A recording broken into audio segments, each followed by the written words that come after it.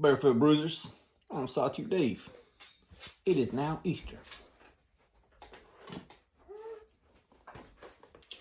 Yeah, so I've waited long enough to open this thing. So I'm gonna go ahead and open it first. Y'all probably ain't gonna get no instant reaction because I'm one of those people that don't like to, I don't know, show everything on the camera, I guess. So I'm gonna take it inside here in a minute. I'll probably come back out and finish the video after a little bit here, but it's morning, not even daylight. You see, I don't know if you can see the wind or not. Probably not. But it's not even daylight here yet, so we're gonna ease into this the right way. And if y'all didn't know what I was waiting on, I think I've mentioned it a million times. Most of y'all know, but it's another MOW from Heater. I don't know why I try to hold the rubber bands up. Heater. It's not my first MOW. But this is definitely one that I worked with him on. You got the one I wanted. Stickers, in case you didn't know. He puts a lot of these Ranger bands in here. Big old case. Used to be like a plastic case years ago. You get the little grenade pin. Pull that out of there. It's actually a really cool case with the grenade pin and shit in it too. But yeah, here's my MOW. First flick. Oh, and I failed it. Y'all seen it in pictures, I think. 633. I think that's what it was. Yeah, 633. This is a bad Larry right here. So, interesting design and like the blade shape, all the stuff on it. Like, I really got to know a lot more about Todd and became kind of buddies during this process. Like, I'd already, very much admired his work, but like, when I ordered the knife, like, I don't know if he does it to everybody or not, but, you get a phone call, so, which I thought was super fucking cool. Like, and then, you talk about all the details of this thing. So, it was just really a really cool process. So if you hadn't already, and if you do like MOWs, I know his books are closed currently, but, man, look at that thing. So, I'm all over the place already, 2 minutes in. Y'all gonna have to bear with me. So I'm absorbing it as y'all are absorbing it, right? So on this side, you see it's more of this his unfinger fluted, but more this I don't know, what do you call that? A rotary style grind right there on this side. The blade grinds, kind of like his spear point, I think you would call it. Look at that finish on that blade too. Look how cool that shit is, man. Hopefully y'all getting a good view of this. This is an oiler style pivot, so you're supposed to screw it in, oil pops out of it. Backspacer on this time. So I got to handle both the Steves, and I like them both. And when Todd asked me which one to like, Steve asked me which one to like, I don't know, man. Like, I always go back and forth because, like, at the time when I was handling one of Steve's, one of his was coming apart, like it was loosening up, and we didn't have the tools to tighten it, so it was when he was on his golf trip. So I can only play with that limited amount. So on this side, so I could never decide, so we did a half and half. So this side, you see the little finger grooves. So once again, different on that side. And if you look at the pocket clip, it's got just a cool amount of texture on it too. Look at that texture on that with the grooves in it too. So at first it was just all matching, then he went back and put these in it. Same with the blade, like it was all this blasted, which I love. And then he went back and just polished the crown of it, just a little bit of that top spine right there, crowned, polished rather. Just a real cool touch. And then if you look at the backspacer, see how it's polished on that one little side too there. So it all kind of ties in and flows, man. So this is definitely somebody who has the eye for the details, right? Y'all can see it. Hopefully you can see it in all the pictures. All right, so what I'm going to do is turn the camera off. I'll probably come back in a little bit and do with the rest of my video. Right now, I want to enjoy this knife and drink my coffee. Nice again for the cup, Ev. I want to drink my coffee and enjoy myself. Kind of take the knife in on a personal level. And I'll come back. We'll do the rest of the video. All right, it's been a few hours doing our normal kind of routine thing. Had a little easy morning, doing the chest workout, meal prep, cooking breakfast, walking dogs, all the stuff y'all do. But I didn't even mention it on the first half because I wasn't barely awake. I mean, I'd been up for about 30 minutes or so. It was like 5 o'clock this morning or something, 5:30, whatever it was. But hope y'all have a good Easter. Happy Easter, everybody. I should have started that way. I don't know why. It's just, when you first wake up, you don't always have a clear mind. But yeah, I hadn't really put the MOW down. as I was alluding to before, or alluding to, I wasn't alluding to anything, as I was saying before, the 40-day challenge. So, you know, it was definitely a challenge this year. I did kind of up the ante waiting for this unboxing for this MOW. But by far and large, I think it did do what it's supposed to do, which is kind of sort of change your mindset a little bit. So it took me out of the buy, and it put me more into the what I really missed, and what I really wanted to do now was trade. So, yeah, I'm gonna just talk for a minute. What I was gonna say is I decided to put like 15 knives up for trade or sale, and you know, like I'm not looking for production knives at all. So don't feel bad if what you're offering for trade is not something I'm interested in. It's just, you know, the nature of the beast. We cycle through different things, and right now I'm full bore customs and pretty much done with productions at this point. I don't think there's anything production wise. I mean, that I think I mentioned it a couple of videos ago, that McNees kind of looks interesting to me, but I seriously doubt that I'll buy one. And if I do, it'll probably be here today, gone tomorrow kind of thing. But anywho, what I was getting at is I made this nice video, you know, talking about 15 knives. I was going to put it for sale. I got so many cool knife bros and sisters out there that, yeah, I think more than half of them are already gone, and the video ain't even went live yet. But I already recorded the video, so I'm just going to stack it on the end so that you can see what's left, and I'll kind of go over it, I guess, in the outro or whatever, so you can tell what's left and what ain't left. So if you're interested in something, by all means, hit me up. I wasn't able to do any deals till Sunday. So, you know, some people got a little preview of what I was going to sell. Like, I do buy, sell, and trade from a lot of the same kind of circles, peoples, whatever you want to call it. So they got first kind of dibs on some of this stuff. And I think some were doing the 40-day as well. Like, I know Denise was. So we were both chomping at the bit to do a trade. But, you know, like, other people had talked to me earlier this week, trading. Free Friday started, you know, some of the wheeling and dealing things. But I just couldn't do it yet. So basically, half of what I was going to list, or more probably than that, is already gone. So I already did the video, so sorry, you gotta, or you don't have to watch it, but if you want to see it, you're going to have to watch all the knives in order to see the ones that are listed, which I'll tell you in the very end. Okay, done with that. Quick shout out, both Paul and Forrest, for hooking up the hanks. So they made these cool hanks for me. That's so cool, both of y'all. Appreciate y'all. I don't know what the backstory was, like who initiated who, but Paul's the one that ended up sending them to me. So thanks, Paul. I don't know if you got them made or Forrest made them and sent them to you. I don't know what the deal was, but either way, like, it worked out really cool, and I definitely appreciate it. Generally, like, hanks, I think, are a cool idea for, like, you know, everybody uses the taco cases, pretty much sending stuff, which I like too. But generally, you got to put those in another box because you can't just have a padded thing, right? So, like, I don't know. I like the idea of wrapping knives in hanks, similar to what CRK does, and then put them in something. I think that's a cool idea. So, like, seeing the future kind of thing, I'm thinking I might do something like that style packaging instead of taco cases. But I might do taco cases too. I don't know. It just depends.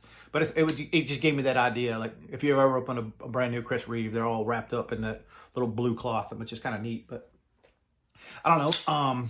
So this week I got to play with some cryo. So I've never done cryo before, and I got to kind of experiment a little bit. Like, I've heard some people say you don't need to, other people say it's a must. The way I look at it is I can heat treat S45 and CPM 154F. I've done both of those without the need, or without having to have cryo. So this is my first experiment with the cryo. It ups the ante a little bit, so you can go to that next level of heat treat.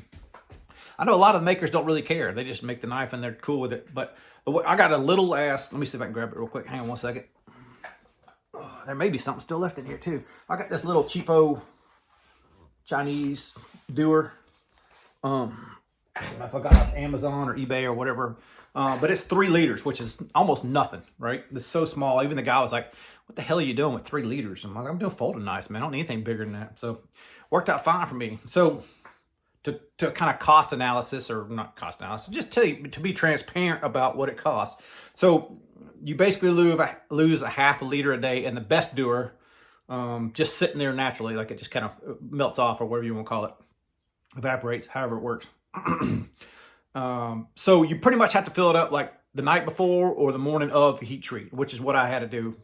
There's only one place in town that I know of, which is Southside, which is 30 minutes away, 30 minutes back. And so I have to do it on a morning or an evening before I'm going to do it the next morning kind of thing. I have to kind of pre-plan for when I'm going to do it.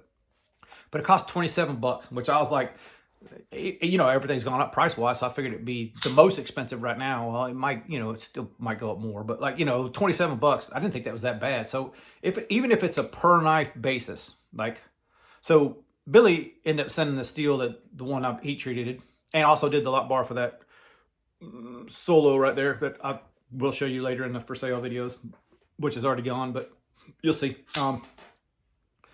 So I did the S45 and a CPM 154, and cryo both of them. So both the same day, basically just heat treat day. So even if the blade costs, say, because the blank, let me grab the blank, what's left of it. I don't know how long this blank was to start. I can't remember. And is this one it? This ain't the blank that I got that from. This is from the other knife.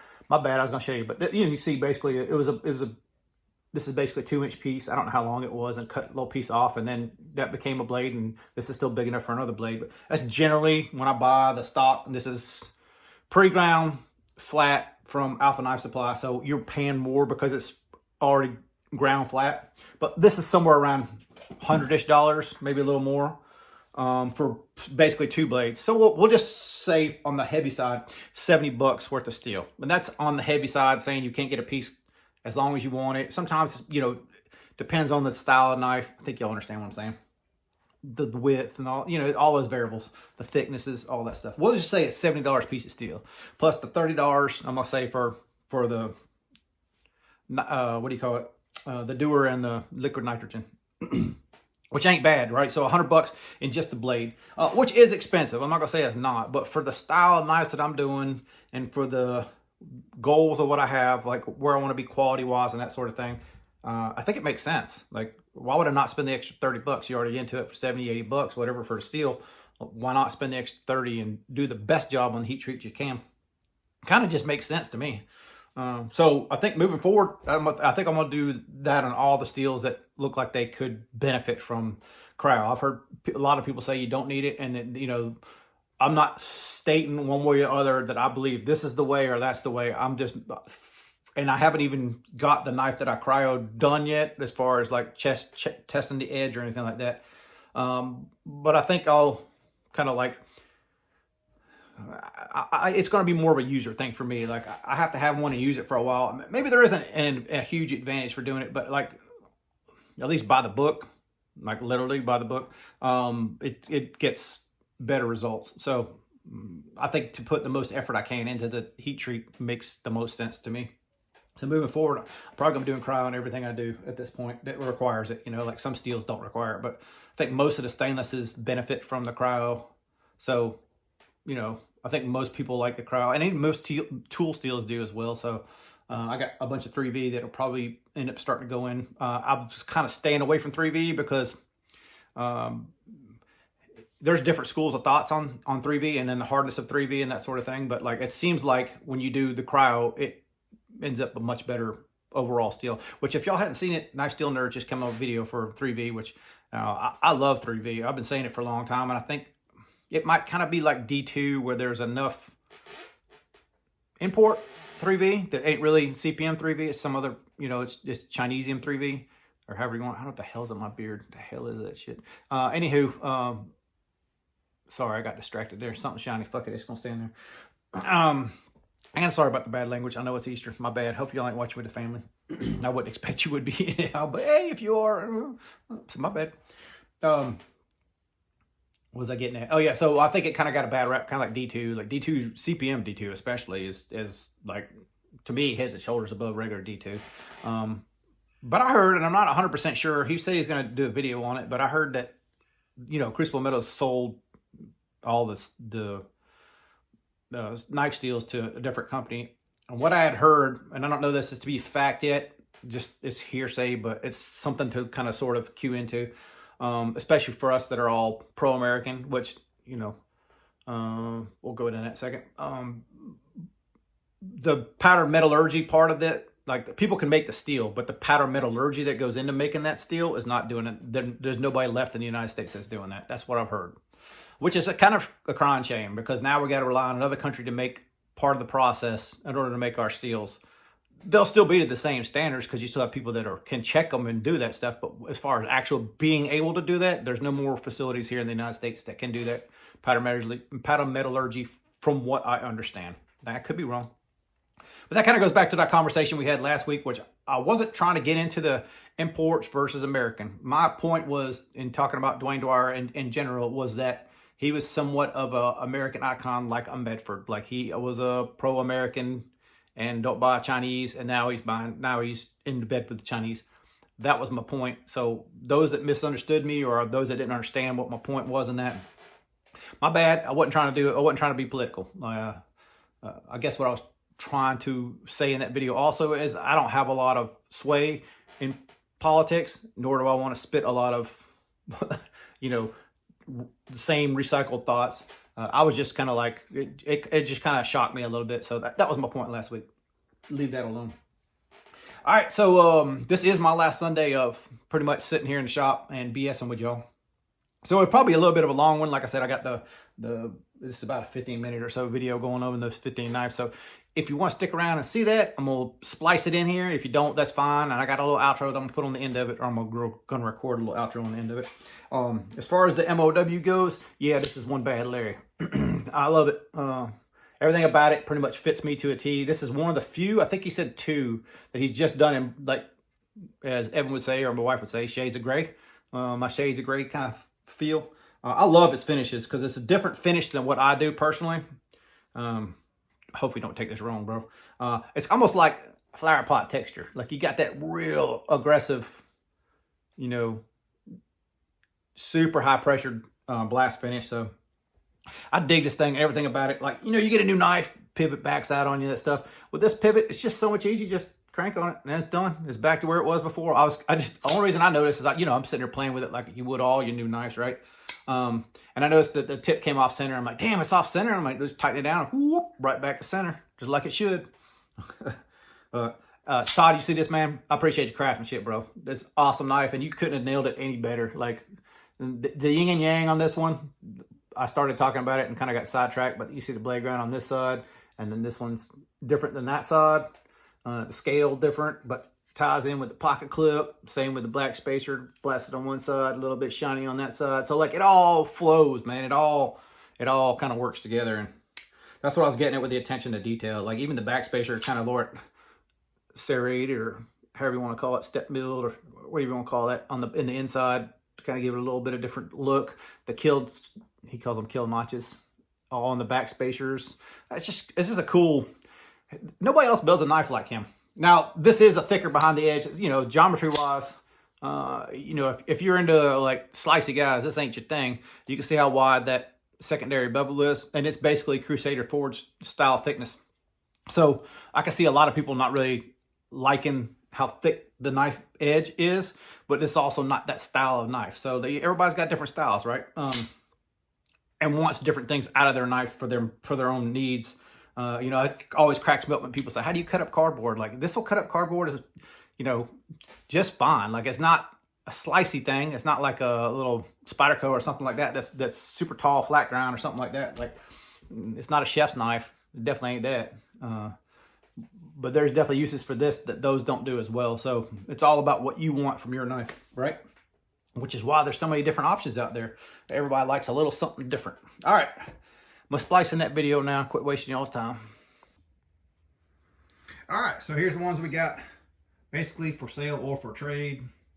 I probably already mentioned this, but every now and then you just got to mix stuff up. So all these are great knives. Some of these have already been spoken for or have like buybacks. People have already asked about them in the past that I said I wasn't going to sell, but I'd give them first buybacks and that sort of thing, or first try at buying them back. So please don't be upset if the one that you're looking for might already be spoken for. This is just a general announcement, and then I'll go through the individuals that have already requested that they wanted one or whatever. I'm just trying to be fair, okay? So anyway, 15 knives. Like I said, I don't need to get rid of any of these, and I actually enjoy every single one of them. These are just the ones that I will move out of the collection to either fund equipment or move more in the collection. That's pretty much why I'm doing this. And to mix things up after the 40 days, you know, you got to mix things up. All right, so what I'm gonna try to do is take pictures and put it in there, but as I'm doing it, I'm gonna kind of talk and show this in the background. So this is a S90 Hawkbill. It probably does need a little bit better edge, but you know, you can always get Kyle to hook that up, or whoever your favorite sharpener is. I don't have time to work on really any of these. Let's see, as far as this goes, attributes wise, so you can use the thumb stud and flick it out. This is for me, it's okay with the thumb stud. When you're finger flicking it, you got to be really careful of the lock bar. So you got to use that pocket clip and kind of bank it on and stay off that pocket clip. And you can do it, but you got to force it pretty good. It's probably the strongest detent for a finger flick I ever had off of a stud. But as far as lockup goes, it's got, let me find the camera here. There you go. It's got, I don't know, maybe 50% lockup or something, but this never had a problem. This has always been super solid. I like this little knife, but it's obviously little, but chunky. Nice chunky guy. So that's dire wear. The McNees, this is one of the ones that won at auction to help the folks in Carolinas. So I think he called it Carolinas Christmas Charity or something along those lines, but it looks more like Rocky Mountains instead of Smoky Mountains. It's scratched up a little bit because I did use it. All these were used, obviously. If you ever buy anything from me, you know that. But I don't think I've even pulled this one apart yet. So I've been kind of dying to sandblast it, but the wife keeps saying leave it alone. So I left it alone for her so far. If it stays, it's going to get blasted, that's for sure. TJ Fisher Cobra. This one was all Cerakoted. I blasted the Cerakote off the frame, and I left the Cerakote on the hardware just to leave some Cerakote. It is scratched up pretty good as far as that goes. I have been reverse flicking off the blade, which does leave that little rub mark from all the fingers. Has been all over it. But chunky little guy. I mean, you can see the blade's thicker than most of the rest of the knife, which I don't know. I really like this knife. It's just so small that it's just a backup, but honestly, I don't mind keeping it. The flipper tab is super small, but really functional. It's a cool little knife. So we'll go over that one. Let's see the area. So this one was bought like kind of a see if production knives were still could be a viable thing for me. And you could probably see it in the light. The blade's scratched up. I've let several people borrow it, and I've used it myself. I think the last thing I did was cut sandpaper with it. So yeah, it's scratched up a good bit. But I honestly, man, I think most knives look better that way. Personal opinion, but to each his own. So what can be said about the Arius? It's just a plain Jane Arius, great action, but it's super lightweight, and the blade stock's thinner than what I normally prefer on my knives. Although this one really has, and I still don't mind keeping it, but it really has kind of opened my eyes to the possibilities of something like this, at least as a backup roll for me.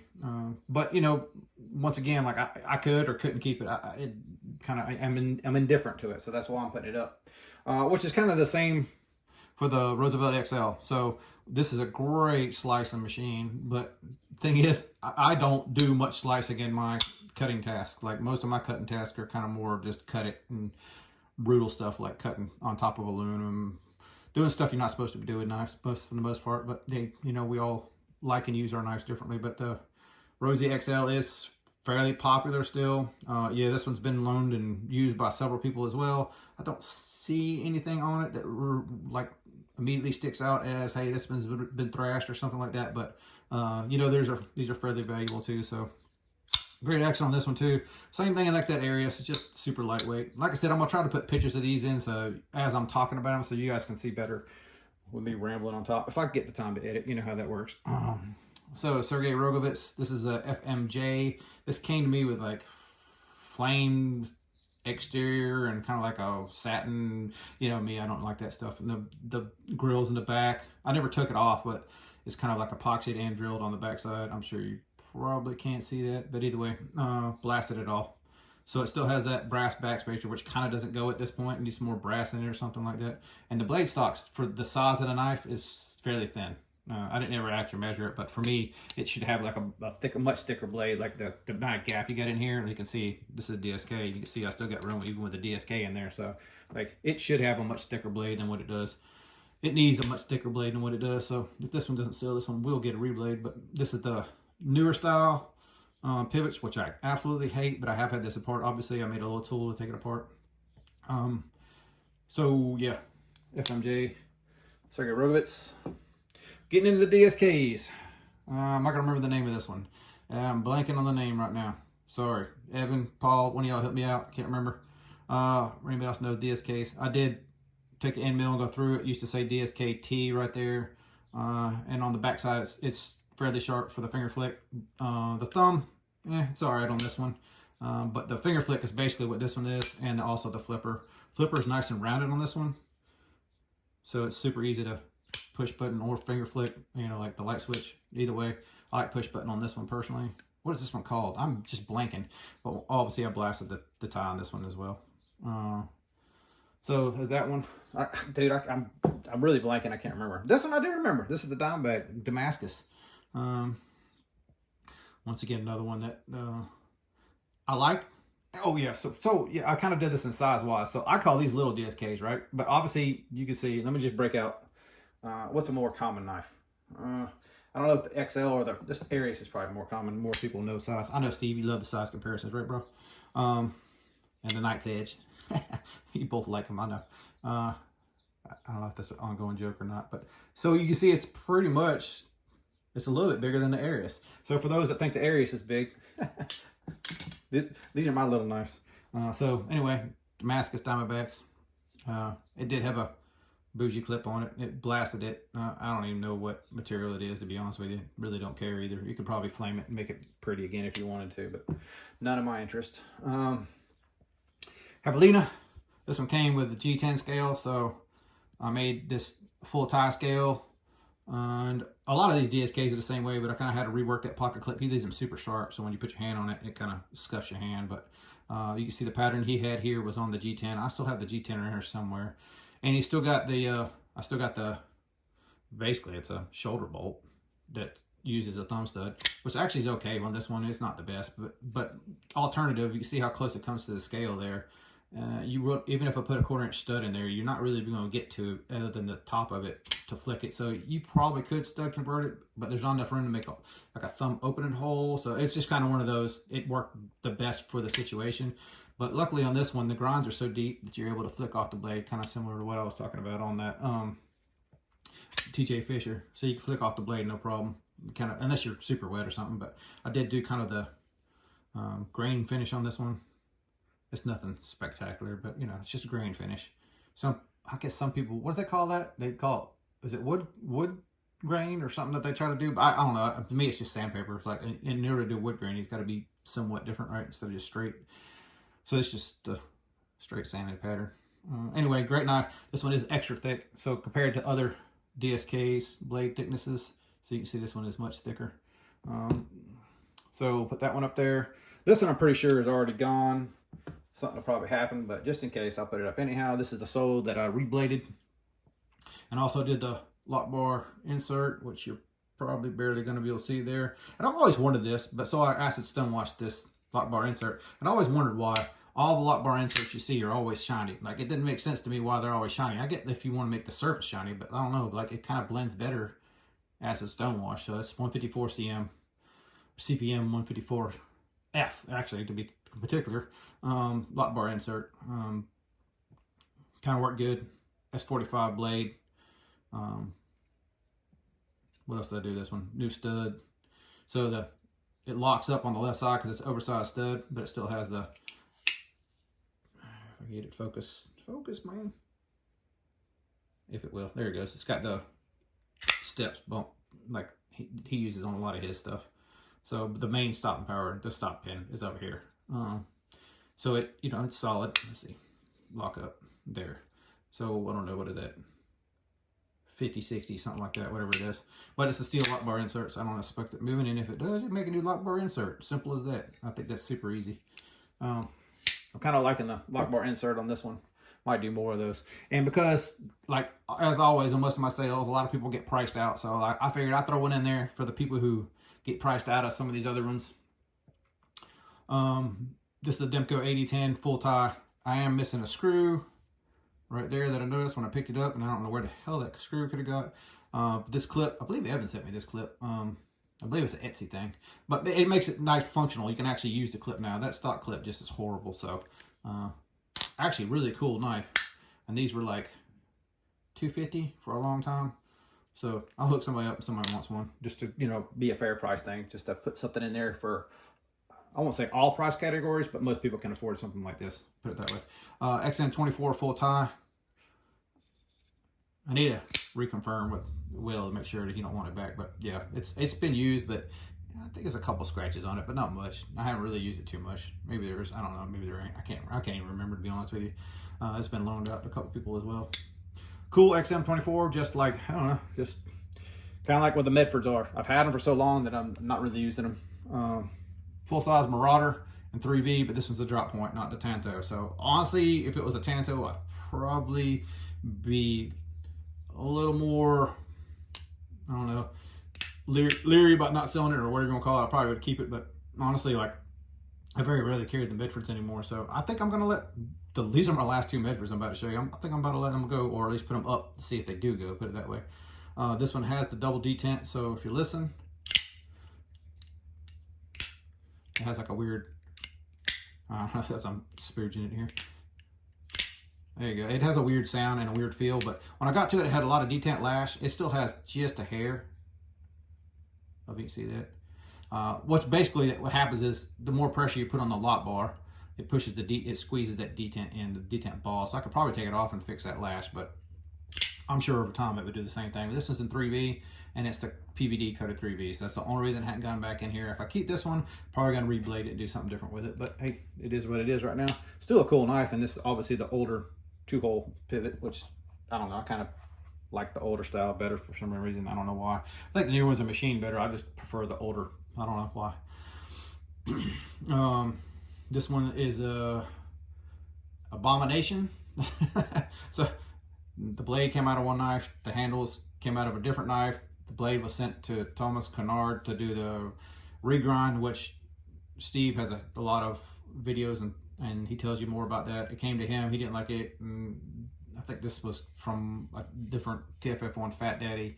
Anyway, it is what it is now at this point. It's still a super solid knife. It's just that, you know, it's never going back to the factory to get worked on, or if it is, you should probably disclose that it, you know, it's from, I don't know, quote unquote Medford style, parts bin knife. But as far as like an actual function knife, this thing is super solid. So I'm putting it up. I think the main thing for me is if this was slabs instead of this pattern crap, I would probably have preferred it and would have kept it. And I still might do something with it, but hey, it is what it is right now. That's that one. And then lastly, we're gonna do with a RSK Paragon, which I think I talked about last week or the week before, how much I hate that makers have a model and use that exact model to make a production knife of. Now, I don't see this size appealing to the masses, which is totally fine. It is a much bigger knife, and obviously the largest one on the table. And I did make this titanium scale on it and contour the scale. And it does have the original somewheres. I got to find it, and all the paperwork and all that crap. I got to find that too. But yeah, just the biggest thing for me on this one is the thinness of the blade. And I say thinness, I think it's around 3/16 blade. But for me, a knife this long, this big, like, it just looks proportionally weird. Let's do it this way. So this obviously is a Fat Daddy, but you see what I mean? The blade just looks thin for as big as it is. The Fat Daddy seems much more appropriate. And that's just my opinion, right? We're all different on that. But like, as far as bruisers go, when you get like this length, I just want a little more thickness on the blade personally. Like, I don't mind, you know, somewhere around the 4-inch knife in somewhat different style. It's such a broad blade. I don't know, it just, everything's done well on it. The action's good on it, everything like that. But like, it's just one of those knives that never really hit 100% all the way I wanted it to for me. Never really connected with it, as I always say. So yeah, let's let somebody else give it a try. I know Billy almost wanted it, but I think for him, it's just too big of a knife for him. He likes the 3.5-inch range. You get a little over 4-inch, and it's a whole different ball game as far as carrying a knife and using a knife. It's just heavier. So, all right, well, I hope y'all enjoyed all that. Did I even record this shit? Okay, cool, I did. When I first looked at the timer up there, I was like, it was still, and I was like, oh my God. But yeah, I recorded it all, thank God. I'm gonna try to take pictures, edit this stuff in. If I do, I do. If I don't, I don't. But I hope y'all enjoyed the mix-up, the Easter mix-up for me. Easter extravaganza, like the old days. All right. All right, closing this one down for Easter here. Once again, I apologize that I have a lot of crazy friends that are just like me that like to buy, sell, and trade. And when we get corked up for 40 days, whether they're doing the challenge or not, they, you know, we all kind of want some movement in the collection thing. So what's left that ain't already been traded, but from somebody that I already do deals with, the S90 Hawkbill, that McNees, this Mac 2. Once again, if y'all don't know how to get hold of me, it's Instagram and Facebook. If you got my cell phone number, by all means, text me. But otherwise, the Cold Steel 8010 limited edition with the 3V and the titanium. All these, once again, all these are badass knives. I don't mind keeping any of them, but it's just time to mix things up. XM24 full tie. This is the Hinderer scale, a factory scale, I guess, because, you know, God forbid you use something else other than Hinderer on the Hinderer, right? The Marauder and 3V drop point, or is that spear point? Whatever it is, like the Knot Tanto, and the Fat Daddy Abomination, or whatever you want to call this thing. Don't send it back to the factory unless you expect to get chewed out. But still a good knife. And then lastly, the Oz Machine Company Roosevelt XL. Like all these, they don't need to go. Just putting them up, see if anybody's interested, that kind of thing. So this is the last Sunday I had for like I was supposed to be off all day, but you know, sometimes on holidays, you got to answer the call. You know, I just put myself in the position of other people. Like if my pet had an emergency on a holiday, I would hope somebody would help me out. That's what we do to other people. So yeah, we're going to end up going to work. So it is what it is. But moving forward, there's going to be no more Sundays. Like maybe I will, but depending on schedule, I don't think I'll be a whole lot of Sundays that I'll be able to sit down in the shop and record a video and be able to kick it out for you guys. It's going to be more like regular work day kind of thing for us. At least for the next 4 months. And then after that, shit may change, but shit's going to change. But I just don't know if that's going to be a plus or a minus for YouTube content. Who knows? Because, you know, life throws you curveballs. Even if they're pre-planned, sometimes they still curveballs. So I'm going to try to start recording y'all stuff as I'm doing it during the week. I don't know what it's going to be. Hodgepodge, maybe some sitting and bullshitting, maybe like work in progress. You know, who knows? We're just going to do it as we go. But y'all feedback pretty much all said Sunday's the day. Well, most of y'all. I think one or two of you might have said just whenever. I don't care. But the vast majority like the Sunday videos. So it's not going to be in real time. Kind of like this, you know, this is basically uploading as soon as I can process the video and get it uploaded to YouTube, which, you know, that's probably 2 hours from now too. But hey, at least it's the same day. If any of y'all are interested in any of those knives, like I said, I got to work. So bear with me. I might not get back to you right away. I'll try to go back as, you know, and I'll try to make it somewhat fair if I can in order of time or whatever else. It always works that way where somebody feels like they didn't get a fair shot. And I hate that part of it. But that's how it goes with the whole, you know, buying and selling. Like, you know, if you got my cell, by all means, hit me up. If you got my Instagram or Facebook, you can hit me up there. I'll check them when I get a chance. Other than that, I'm going to call it for this week. I've wasted enough of you guys' time. Hope you guys have a fabulous week. See you next week. Later, y'all.